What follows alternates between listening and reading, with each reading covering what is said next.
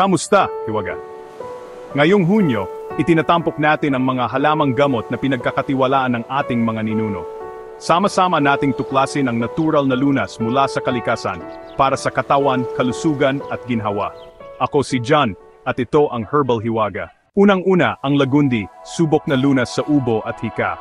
Pakuluan ang 5 dahon, inumin 3 beses sa isang araw para sa ginhawa sa paghinga.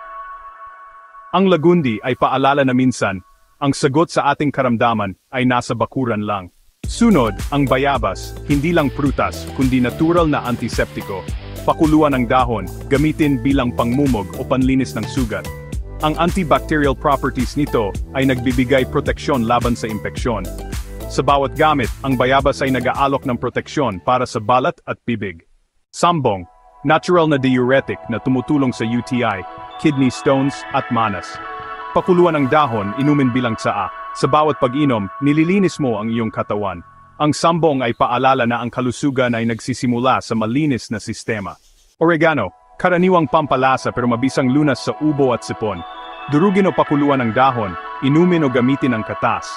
Ang init at aroma nito ay nagpapaginghawa ng lalamunan at dibdib. Simple, abot kamay at epektibo. Tawa-tawa, kilala sa pagtulong sa mga may dengue at bumabagsak na platelet count.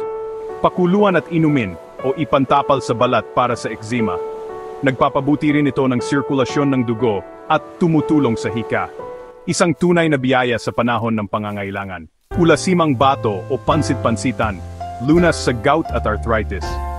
Kainin bilang ensalada o gawing tsaa. Tinutulungan itong pababain ang uric acid at pawiin ang pamamaga. Minsan, ang pinakamaliit na halaman ang may pinakamalaking ginhawa. Samuyaw o citronella, natural na panlaban sa lamok, pakuluan, palamigin, at gawing spray sa bahay. Hindi lang ito pananggalang, nagbibigay pa ng sariwang amoy, ligtas at mabisa para sa buong pamilya.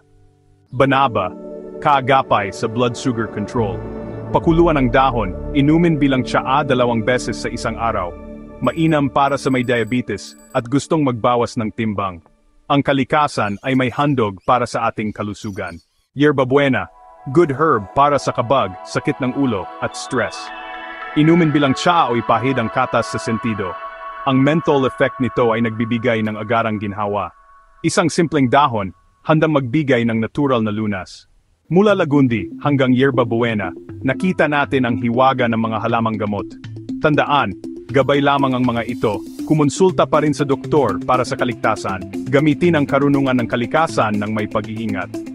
Ako si John, at ito ang Herbal Hiwaga. Huwag kalimutang mag-like at follow para sa mas marami pang sikreto ng kalikasan.